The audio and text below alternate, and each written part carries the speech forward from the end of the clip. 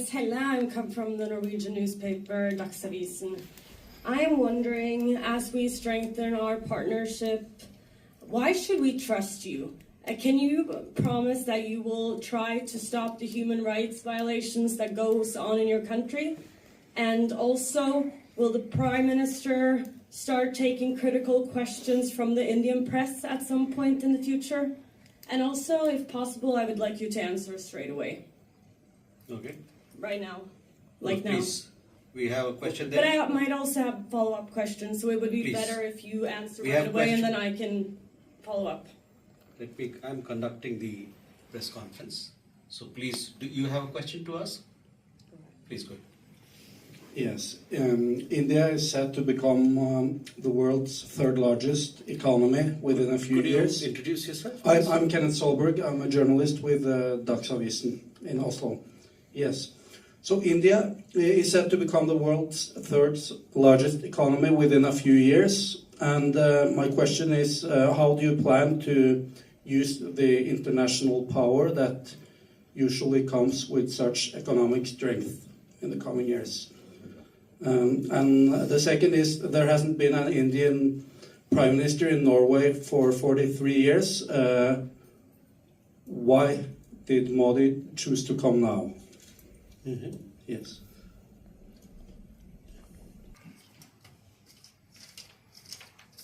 I had a question on...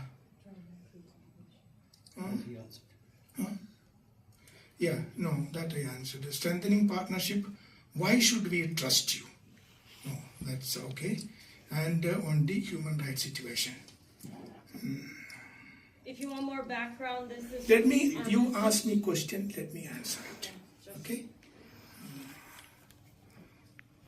Let me give a background of what India is and why should the world trust India. Let us look at the few challenges that the world faced in the last few years. COVID was a big challenge the world faced. And how do you test the trust on a country? One, what is a country? A country today has 4 elements. 1, population. 2, government. 3rd, sovereignty. And 4th, territory. So that is what makes a country a country. And we are proud that we are a civilizational country of 5,000 years old. Continuous civilization. Contributed immensely to the world. You look around, you see an India connect everywhere in the world. India has, the numbers which you see on your phones, it is originated in India. Shunya, 0, originated in India. Chess, originated in India. So we are proud of that civilization. Yoga, which the world admires today, it originated in India. India had epics and books. Let me answer the question. You don't answer the question. Please don't interrupt me. Please don't interrupt me. You ask me a question. Please. This is my press conference. You ask, why should a country trust India? Why should a country trust India? Why should a country trust India? Let me answer that question, please. So India is a civilizational country which has something unique which it offered to the world, and it continues to offer to the world. Okay? So let me come back to the COVID which I mentioned. The whole world had suffered from COVID. What did we do? We didn't hide in the cave. We didn't say that we don't help the world. We came out offering helping hand to the world. That brings trust. And I'm very happy that that trust is appreciated by the world. We supplied vaccines to more than 100 countries. That brings trust. That brings confidence for the world. Second, we supplied medicines to 150 countries. That brings trust. And that is what the world is trusting us. Let me give you an example. We organized the G20 summit in 2023. It was a divided world. World was divided immediately after the Ukraine-Russia conflict. In a divided world, what did India do? India was able to bring the world together. Before the 2023 G20 meeting, there couldn't be a joint declaration. After the G20, which India held in 2024, there couldn't be a joint declaration. But when India organized the G20 in 2023, what happened? The whole world, despite the differences, came together and we were able to adopt a common global declaration, the Delhi Declaration. This shows the trust of the world towards India. Another example. Again, I'm going to ask you. Let me finish my question. Let me finish my answer to the question. You ask me a question. The human rights situation is starkly deteriorated. You ask me a question. Let me answer. You ask me a question. Let me answer. He talks about yoga and COVID. I'm talking about human rights. I will come to that. I will come to it. Please have patience. Please have questions. No, when to answer, where to answer, how to answer. These are my prerogatives. You ask the question. Don't ask me to answer in a particular way. Let me answer. I will answer. Your first question was on trust on India. You know what India did when we were doing the G20? We immediately before that, we did 3 summits. This is the Global Voice of Global South Summit. Why did we do that? 125 countries participated in the summit when my Honorable Prime Minister did that summit. We used that summit to understand and appreciate the challenges that the Global South faces. We were able to understand it, appreciate it, and bring those challenges and their aspirations to the main table of the G20. This is appreciated. This is what brings trust to the table. Then what did we do? First time in the history of G20, we were able to get African Union as a permanent member of G20. This brings trust to the table because we were able to get the aspirations and challenges of the entire African continent, which was ignored, brought to the main table of G20. This brings trust to the world, and that is what we enjoy. We recently organized the AI Summit, Artificial Intelligence Impact Summit. Again, the trust the world has on India was visible there.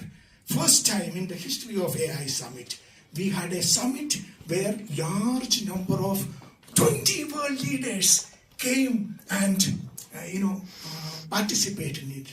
What did my Prime Minister said? We want a human-centric AI, which helps the entire humanity. That is what India is, and that is what is appreciated by the world. That brings in trust to the world. Now she has left on the issue which she asked about human rights. Let me mention this. India is a country which is based on a constitution. India is the largest democracy in the world. Last time when we had the democracy, we had the elections in India, the participation was almost 1 billion people. That is the festival of democracy happened in India. And India is a country, very few countries in the world has that, where there is a peaceful transfer of power happens, and it happens in India. So India has a constitution, which I'm sure that some of you are aware of.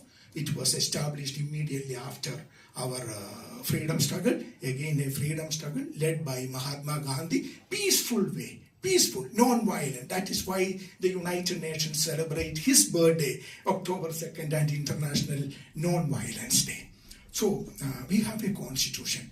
Let me just give you a summary of what the Indian Constitution guarantees today. The preamble of the Constitution, as you know, we the people of India, having solemnly resolved to constitute India into a sovereign, socialist, secular, democratic republic and give to its people what? Justice, social, economic and political, liberty of thought, expression, belief, faith scholarship, equality of status, equality of opportunity, integrity, dignity of the individual. This is what my constitution guarantees, and this is guaranteed through fundamental principles, fundamental rights, fundamental duties. A constitution which is respected by the people of India. Every day when a civil service examination happens, when an examination happens based on merit, when an election happens anywhere in the country, we are celebrating the constitution. This is the beauty of India, and we are so proud of that. So every human being in India has a fundamental right to go to the court if his right is infringed upon. This is the beauty of India, which we are very proud of. We hear a lot of people asking questions about why this, why that. But let me tell you this. We are 1/6 of the total population of the world, but not 1/6 of the problems of the world. We have a constitution which guarantees the rights of the people, fundamental rights of the people. We have equal rights for the women of our country, which is very important. In 1947, we gave the freedom to vote for our women. We won the freedom together, and day one itself. Many countries I know, the voting right for women came after several decades after India gave that freedom. This because we believe in equality, we believe in human rights. And what is the best example of human rights? The right to change government, the right to vote. And that is what is happening in India. We are so proud of that. But we have a constitution, as I said, which guarantees the fundamental rights of our people. If anyone whose rights are violated, they have the right to go to court. Some of you are from Indian media. You know how many stories appear. We have how many breaking news coming every day in the evening. At least 200 TV channels in Delhi alone, in English language, in Hindi language, and multiple language. People have no understanding of the scale of India.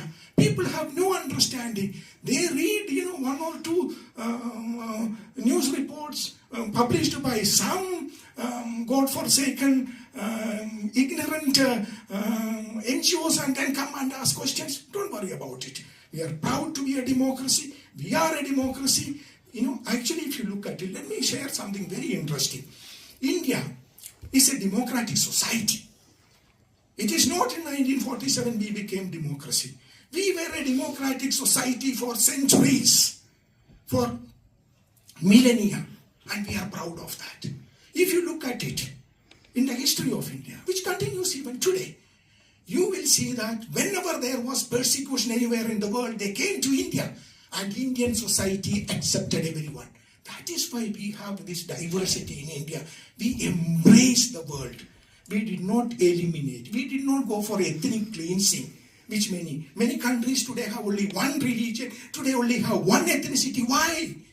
Their forefathers eliminated the rest of them. That is not how we did it. Okay? We have diversity because we have tolerance. We have diversity because we embrace diversity. Whenever the world has faced problems, we welcome them. Same thing which we did for COVID. So I think I explained it enough, no? Yeah. Last question of this gentleman here. Third largest economy, what are we going to do? What are we going to do about it? See, I touched upon the essence of India's foreign policy. Okay, India has always been